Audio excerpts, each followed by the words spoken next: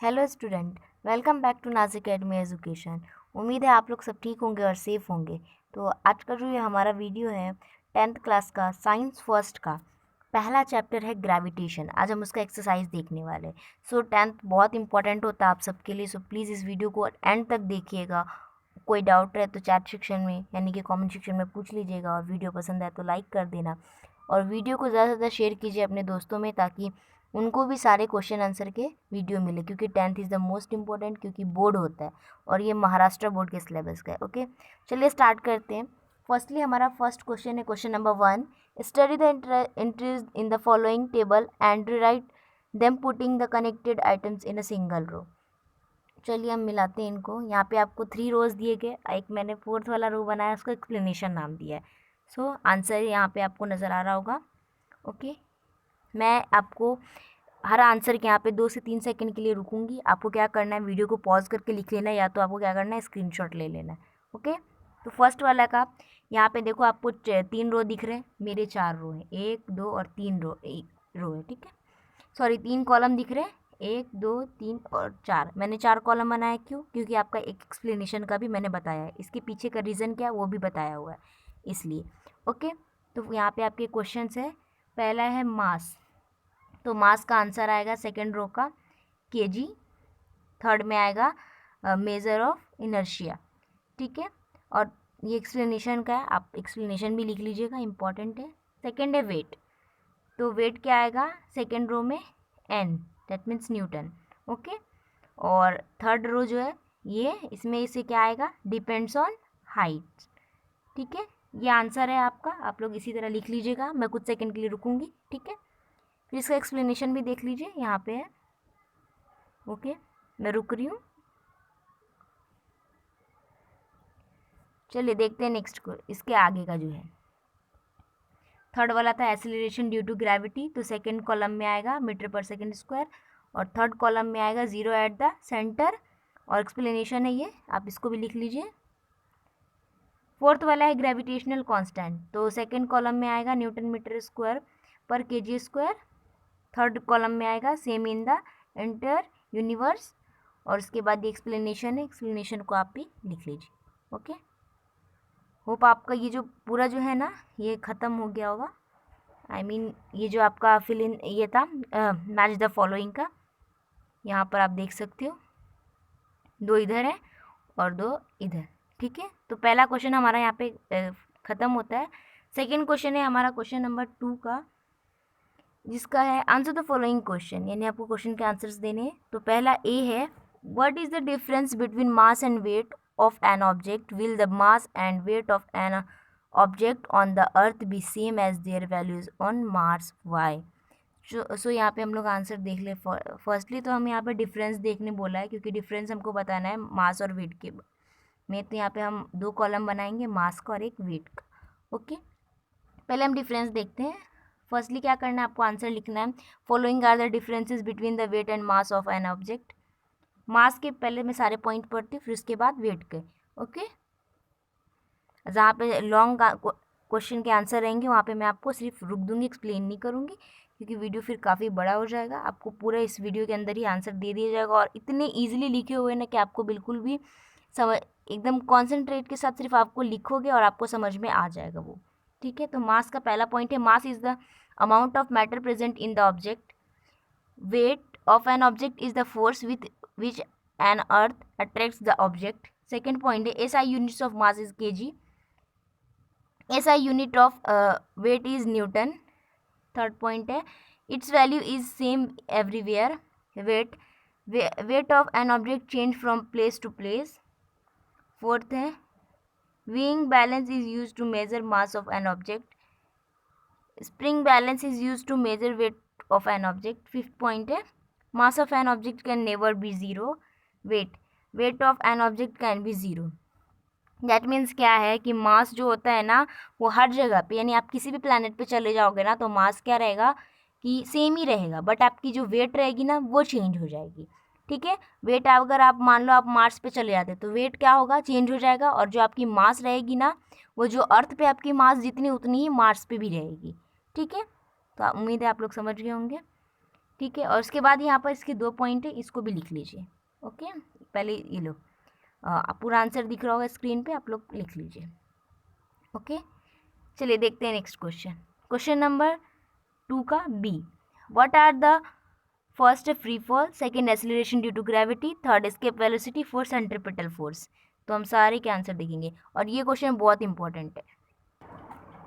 ये question important इसलिए क्योंकि आपको ना एग्जाम में यहाँ पे देखो 4 चीज़ें पूछी गई है आपको इस क्वेश्चन में। फ्री फॉल क्या है, एक्सीलरेशन ड्यू टू ग्रेविटी क्या है, एस्केप वेलोसिटी क्या है, सेंट्रीपिटल फोर्स क्या है। इनमें से मिनिमम 2 क्वेश्चन तो पूछे ही जाते हैं। ओके, इसलिए बोल रही हूँ ये इंपॉर्टेंट क्वेश्चन है। तो पहला फ्री फॉल, फ्री फॉल का देख लो आप, यहाँ पर है। पहला फ्री फॉल है, second acceleration due to gravity है। पहले आप ये दोनों लिख लो, स्क्रीन पे नज़र आ रहे होंगे आपको। चलिए देखते हैं नेक्स्ट क्वेश्चन जो इसका है। थर्ड था आपका एस्केप वेलोसिटी एंड फोर्थ है सेंट्रीपिटल फोर्स। ओके,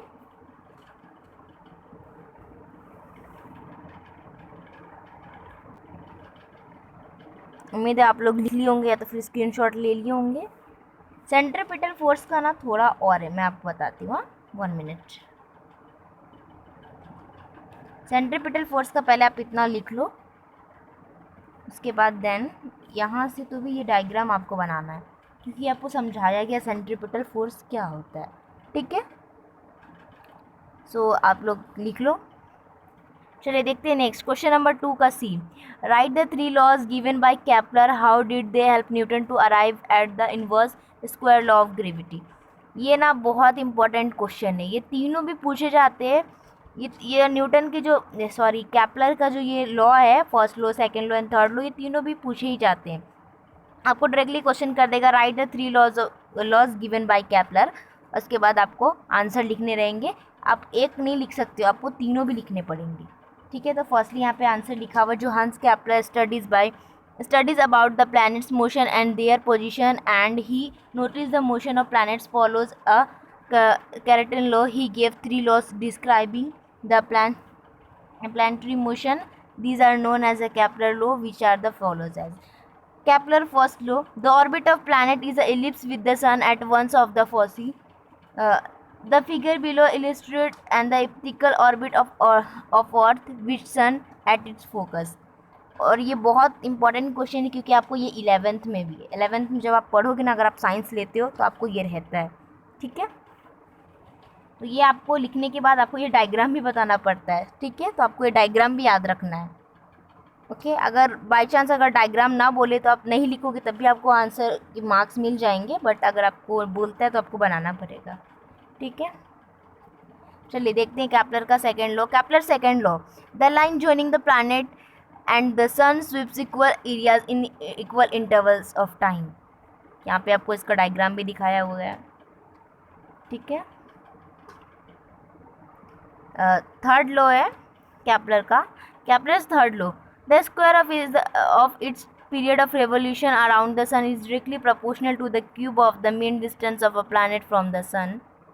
ठीक है, if r is the average distance of planet from the sun and t is the period of revolution, then according to the third law, यहाँ पे देखो आपको नज़र आ रहा होगा T square directly proportional R cube is that क्या होता है, T square upon R cube is the constant. ये कांस्टेंट होता है। ओके, और आप सबको पता है कांस्टेंट का मतलब क्या होता है। ठीक है, उसके बाद देख लो inverse square law of gravity. We know that centripetal force F is given by, यहाँ पे आपको आंसर्स दिखाए गए हैं, आप ये लिख लो। पहले फर्स्टली आप इतना लिखो, कुछ सेकंड के लिए रुक रही, स्क्रीनशॉट ले लीजिए आप लोग। चलिए इसके आगे क्या है, पहले इतना लिखो, multiple and divide by R square, यहाँ तक आप लिखो पहले। उसके बाद यहाँ से तो भी डायरेक्टली जो पूरा आंसर है यहाँ तक मैंने हाईलाइट कर दिया, वहाँ तक लिख लो। ओके, होप आप लोगों ने लिख लिए होंगे, स्क्रीनशॉट ले लिए होंगे। अब मैं आपको एक बार फिर से पूरा जो थर्ड क्वेश्चन नंबर बी जो था मैं उसको फिर से एक बार बता दे रही। सॉरी, क्वेश्चन नंबर सी था हमारा। फर्स्ट लॉ,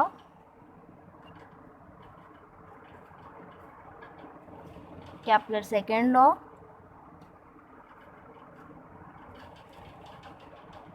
सेकेंड लॉ यहाँ तक है। थर्ड लॉ,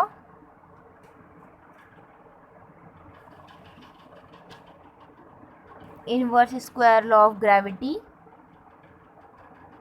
ओके, ये तो आपने लिख ही लिया है। ओके, फिर भी इजीली मैं इसको ये कर रही रोल ताकि आप लोग आराम से लिख सको।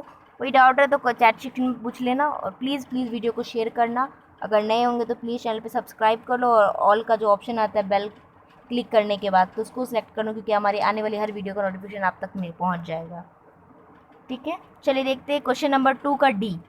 अ stone throw vertically upwards with initial velocity u reach a height h before coming down, so that the time taken to go up in same as the time taken to come down.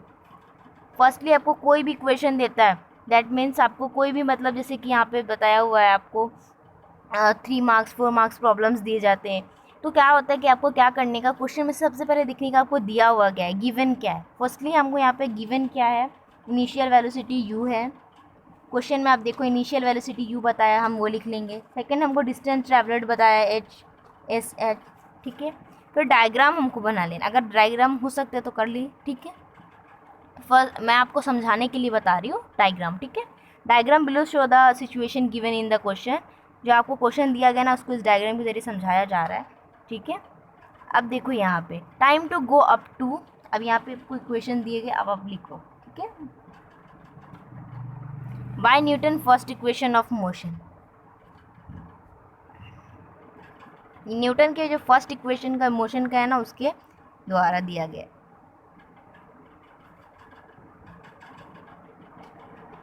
First equation का यही formula है, v equal you plus a T. Okay, so answer इस तरह आएंगे आपके। ठीक है, उसके बाद से आगे का मैं दिखाने जा रही हूँ स्क्रीन पे, आप लोग लिखते जाओ। चलिए इसके आगे का स्क्रीनशॉट लेते जाओ, लिखते जाओ, या फिर वीडियो को पॉज करके लिखते जाओ।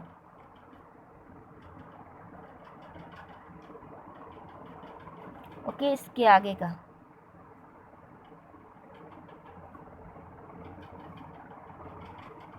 डोंट वरी, अगर ये वीडियो, ये अगर PDF अगर हो सकता है तो मैं इसको दे दूँगी डिस्क्रिप्शन बॉक्स में, वहाँ से आप लोग डाउनलोड भी करके लिख सकते हो। ठीक है, मैं ट्राई करूँगी, अगर इसका ये निकल जाएगा मेरे से गूगल ड्राइव से तो फिर मैं करती हूँ। ठीक है,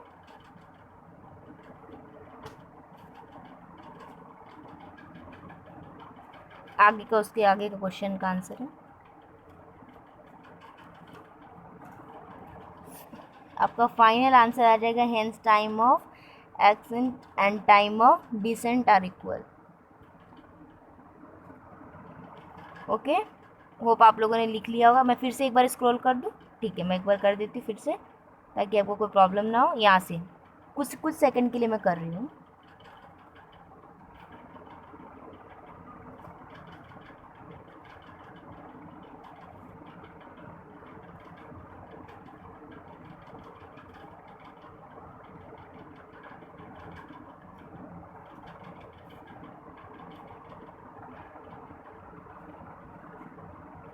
ओके, सो नेक्स्ट क्वेश्चन आता है, क्वेश्चन नंबर 2 का E. If the value of a suddenly become twice is a value, it will become 2 times more difficult to pull a heavy object along the floor, why. यहाँ पे आपको question का answer दिया गया है। यहाँ पे देखो, मैं आपको कुछ सेकंड के लिए ये कर रही हूँ, आप लोग लिखते जाओ। ठीक है, यहाँ पे ये ज़्यादा बड़ा नहीं है, आप लोग देख सकते हो, इतना ही आंसर है यहाँ पे जो दिखा रहा है आपको। Therefore, it's become difficult to pull heavy object of value of g becomes twist in the value of double of the force is required to overcome the acceleration produced by the force of attraction of an earth acting in downwards direction। यहीं तक last जो line दिख रही है, यहाँ तक बस answer है इसका। ठीक है, यहाँ पे आपको क्लियरली लिख के दिया गया, और आपको क्या करना है, बस लिखना है। डन। ओके, अब हमारा आता है question number 3। Explain why the value of g is 0 at the centre of the अर्थ। यहाँ पे आपको, ये भी ज़्यादा बड़ा क्वेश्चन नहीं है, आपको क्या करना है, बस इतना ही आंसर है इसका। सॉरी, मैं आपको सिर्फ लास्ट लाइन तक ही हेल्टी कर देती हूँ। ठीक है, मैंने हाईलाइट कर दिया, बस उतना ही आपको लिखना है। आंसर लिखा हुआ है, the value of g change as we go inside the earth according to formula of g m upon r² r2. As we go deep inside the earth, the value of r decreases. Therefore, according to formula, the value of g should increase, but is there not so? Because as we go inside the earth towards its center, the part of the earth m responsible for the gravitational force also decreases, that is, the value of m also decreases. And due to the combined result of decreases of r and m, the value of g decreases as we go inside the earth and is 0 at the center of the earth. ये आपका answer है question number 3 का. Next question है question number 4. Let the period of revolution of a planet at the distance r from a star bt prove if it was a distance of 2r from the star, its period of revolution will be under root 8 t. Answer by Kepler third law of planetary motion. चलो मैं answer आपको show कर रही हूँ screen पे, आप लोग लिख लो फटाफट. वीडियो को पॉज कर करके आप लोग लिख लें. ओके, आंसर यहीं तक है, सो डोंट वरी, यहीं तक आंसर आपको लिखना है. ओके, चलिए देखते हैं नेक्स्ट क्वेश्चन. क्वेश्चन नंबर 5 है. उस क्वेश्चन नंबर 5 है, solve the following examples. A है, an object takes 5s to reach the ground from a height of f5m on a planet. What is the value of g on the planet? Value of g बताना है planet का. Firstly मैंने आपको बोला ना कि कोई भी आपको प्रॉब्लम दे सॉल्व करने के लिए एग्जाम्पल्स में, तो आपको क्या करना है, फर्स्टली देखना है कि उस क्वेश्चन में गिवन क्या है हमको. तो आपको क्या करना है, अगर आप गिवन लिखते हो ना तो आपको ईजिली फार्मूला सब्स्टिट्यूट करना है. उसके बाद आपको फार्मूले में देखना है आपको क्या है और हमारे पास क्या है गिवन में, उसको हम सब्स्टिट्यूट कर देंगे तो हमारा आंसर आ जाता है ईजिली. अगर आप बाई चांस आपको फार्मूला याद नहीं है, इक्वेशन सॉल्यूशन नहीं हो रहे, दैट मीन्स आपको प्रॉब्लम सॉल्यूशन करना नहीं आ रहा है, अगर आप गिवन भी लिखते हो ना तो उस पर भी आपको 1 मार्क्स मिल जाते. देखो कितना इंपॉर्टेंस है गिवन लिखने का, इसलिए बोलती हूँ इंपॉर्टेंस में कि हमेशा गिवन लिखा कीजिए आप लोग. ओके, तो आंसर है ना गिवन पहले लिखने का. फिर यहाँ पे लिखा हुआ time for object to reach ground t 5 second, height of object from the ground 5 meter, acceleration due to gravity हमको मालूम करना है. ठीक है, यहाँ तक आप पहले आंसर लिखो. फिर आप एंडिंग में क्या करते हो, एंडिंग में हमेशा एक लाइन लिख देने का, जो भी क्वेश्चन है ना उसके एंड से कि हैंस. यहाँ पे इस क्वेश्चन में क्या आपको पूछा गया था कि आपको what is the value of G on the planet.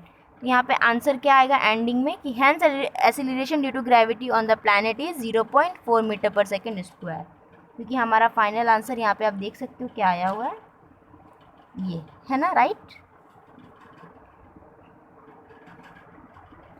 Hope आप लोगों ने लिख ली होंगी इस क्वेश्चन का आंसर. सेकंड है क्वेश्चन नंबर 5 का बी.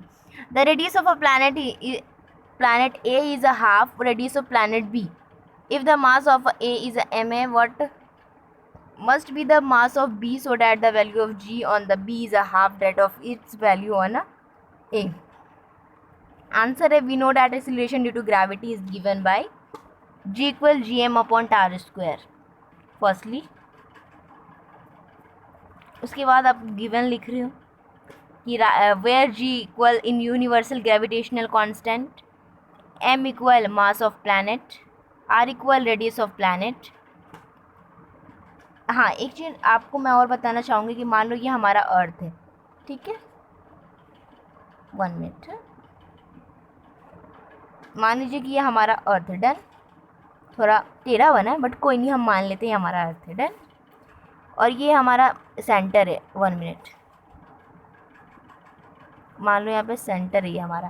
ठीक है, अब ये सेंटर है. ठीक है, तो ये क्या होगा, सेंटर से लेकर और यहाँ पर मान लो एक सैटेलाइट है जो क्या हो रहा है, इसकी ये हो रहा है, क्या कर रहा है, रिवॉल्व हो रहा है. ओके, तो आप क्या करते हो, ये सेंटर से लेके यहाँ तक, तो ये क्या होता है, ये हमारा रेडियस हो जाता है आर.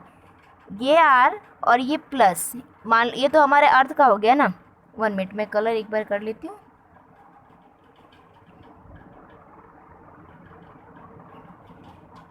ओके, तो ये तो हमारा आर हो गया, ये वाला आर. ठीक है, अब ये क्या है, ये हमारा हाइट हो जाएगा, यानी आर प्लस एच क्या होगा, इक्वल सॉरी ये एक सेकेंड ना, मैं आपको फिर से बताती हूँ। ये हमारा अर्थ है मान लीजिए, डन। ये हमारा सेंटर है, यहाँ से इतना क्या होता है, ये हमारा ये आर होता है रेडियस वाला, सॉरी कैपिटल आर होता है, ओके। और ये मान लो कि एक सैटेलाइट रिवॉल्व हो रहा है इसकी, तो वो क्या हो जाता है, एच हो जाता है, राइट, हाइट से। तो हम क्या करते हैं, R plus H that's equal R. तो आपको ये वाले आर में और वो वाले आर में कंफ्यूज नहीं होना है, बिकॉज ये आर जो होता है वो क्या होता है, ये इसका प्लस जब बीच में यानी आर प्लस एच हो जाता है तब ये आपको स्मॉल वाले आर का यूज़ होता है। तो ये आर और ये आर का डिफरेंस मैं आपको समझा दी हूँ इसलिए, ठीक है, बिकॉज यहाँ पे आर रेडियस ऑफ प्लैनेट बोला था ना, इसके लिए मैं आपको बताई हूँ, ठीक है। ये आपको होंगे आगे क्वेश्चंस 11th में होंगे, हो सकता है 10th में ही आ जाए कहीं पे, ठीक है। अभी स्पेस मिशन बाकी है हमारा, है ना, उस चैप्टर में होगा, ओके। चलिए देखिए इसके आगे का आंसर, आप स्क्रीनशॉट लेते जाओ।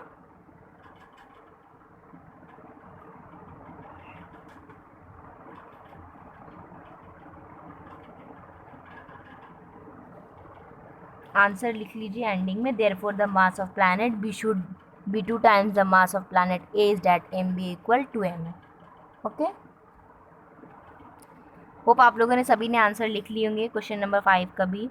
नेक्स्ट क्वेश्चन है क्वेश्चन नंबर 5 का C, the mass and the weight of an object on the earth 5 kg and 49 Newton respectively, what will be their values on the moon? Assume that the acceleration due to gravity on the moon is 1/6 of that on the earth.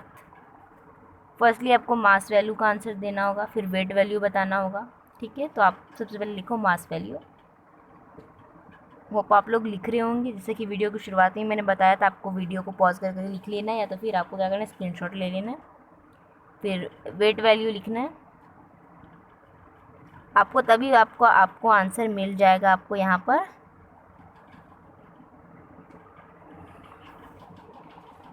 Their mass on moon is 5 kg and weight of moon is 8.17 Newton, okay. चलिए देखते हैं next question. Question number 5 का D है, an object throw vertically upwards reach a height of 500 metre, what was in initial velocity, how long will the object take to come back to the earth, assume g equal 10 metre per square.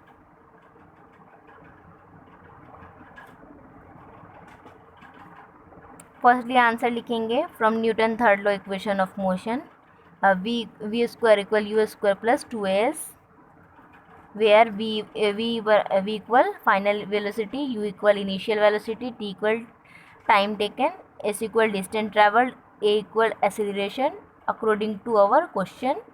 The follow आपको यहाँ पे figure भी समझाया गया, एक बार फिर पहले इसको लिख लो, ओके। फिगर नहीं बनाते हो तब भी आपको कुछ प्रॉब्लम नहीं, बट आपको समझाने के लिए यहाँ पे सिर्फ बनाई हूँ मैं, ओके।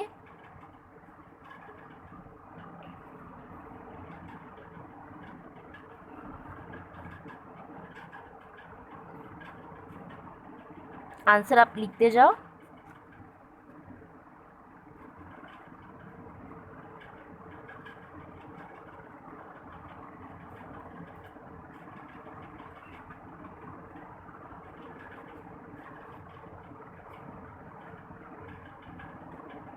फाइनली फिर आपको ये आंसर मिल जाएगा, hence total time to come back to earth is 20 seconds, okay. Next question number 5 का E, solve the following example, a ball falls off a table and reach the ground in 1 second, assume g equal 10 metre per s square, calculate it speed on reaching the ground and the height of the table. Firstly आपको answer लिखना है from the Newton first law of motion, मैं आपको explain कर रही हूँ, फटाफट लिख लो। v equal u plus a t, v equal final velocity, u equal initial velocity, t equal time taken, a equal acceleration according to our question, u equal 0, okay, a equal 10 metre per square s square. देखो साथ में आपको explanation भी दिया गया क्यों, देखो इतना इजीली आपको समझाया गया इस वीडियो के अंदर, okay. t equal 1 second, the figure यहाँ पे आपको समझाया गया फिगर के ज़रिए भी। अब आता है हमारा सॉल्यूशन। फर्स्टली आपको लिखना है फटाफट। चलिए, होप आप लोगों ने लिख लिए होंगे, स्क्रीनशॉट ले लिए होंगे।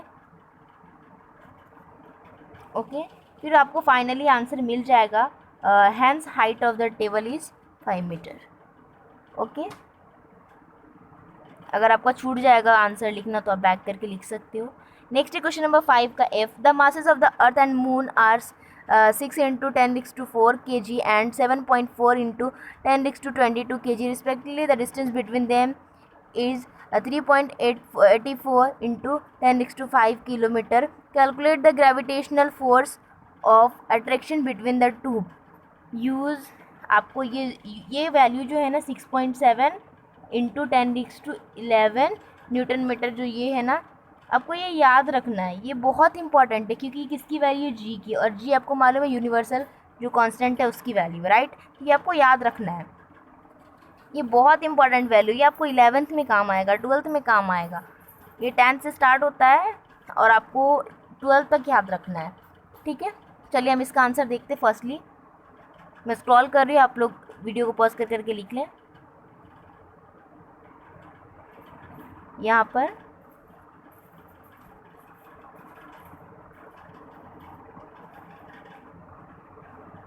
एकदम सॉल्यूशन एकदम इजीली किया हुआ है। आपको बस क्या करना है, अच्छे से लिखना है, फिर उसको आराम से, जब तक मेरा काम क्या है सिर्फ आपको समझाना है, लेकिन आप जब तक खुद पर कॉन्सेंट्रेट नहीं करोगे तो आपको नहीं समझ में आएगा। ओके, तो आपको खुद से कोशिश करना है समझने की ज़्यादातर, ताकि आप दूसरों पर डिपेंड ना रहे।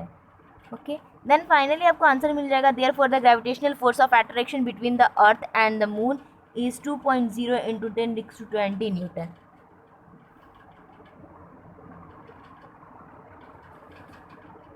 ओके, ये वैल्यू है ना 2.0 × 10⁻20 एन, ये आपको लिख देना है। फाइनल आंसर आपका मिल गया। नेक्स्ट क्वेश्चन नंबर 5 का G, solve the following examples. क्या लिखा है, the mass of the earth is 6 × 10⁻24 kg, the distance between the earth and the sun is 1.5 × 10⁻11 metre, is the gravitational force between the two is 3.5 × 10⁻22 N, what is the mass of the sun. फिर आपको G यहाँ पे क्या करना है, G equal 6.7 × 10⁻11 newton metre square kg minus square, ठीक है। ये यूनिवर्सल कांस्टेंट का वैल्यू है जी, यानी बड़ा इक्वल यानी यूनिवर्सल कांस्टेंट जी, ठीक है। और ये जी रहा तो वो ग्रेविटी का जी होता है, ठीक है। तो ये चीज़ याद रखना है, ये जी किस चीज़ का है, ये कैपिटल जी रहा, कैपिटल जी रहा ना, तो कैपिटल जी रहा तो वो यूनिवर्सल कांस्टेंट का जी रहता है, ठीक है। और स्मॉल जी रहा ये वाला तो ये ग्रेविटी का रहता है, ठीक है। ये चीज़ ध्यान देना आपको बस। सॉल्यूशन आपके स्क्रीन पे, होप आप लोगों ने लिख लिए होंगे, ठीक है।